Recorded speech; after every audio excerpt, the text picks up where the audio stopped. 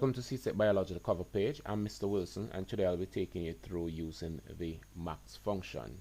Let's hop right into the lesson. So we're going to be selecting formulas and the formula bar, and we could find the function by going here.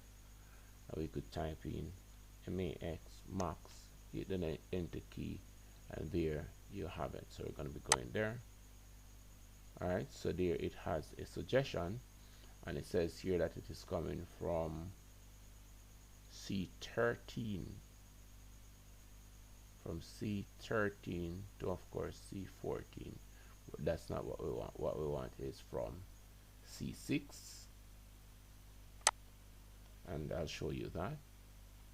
So column first, then row, C6, and we are going as low as C11. That's what we want. Alright, so here we enter, there we have it. So if you look here, it is testing this data set here and trying to return the largest. Now this is a very small data set, and the largest number here is 15. Now if we were supposed to look at our answer, there we have 15. Now we could also find the same thing by going to auto sum and select max, and again we could do the same thing. Here we could, of course, highlight what it is that we want. We're seeing the formula bar there, and then we are coming from 6. Just hold your left mouse button down and pull down on your cursor there, and it's 6 to 11, and there we have it for this data set, where the largest number here is 30. Alright, and then over here we could write the function ourselves. So we start equal max, and of course curve bracket, and we could put in both curve brackets.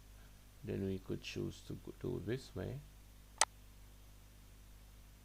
come on down, and then we close the bracket there, hit the enter, and you'll see here that the largest number in this data set again is 15. You could also look for the function here, statistical function, and you could scroll on down to M, and you'll find max there. So many ways to get it done. There we have it. If again, we could edit it from here, or we could come over here to the formula bar, and we are coming from 6, and we are going to 11.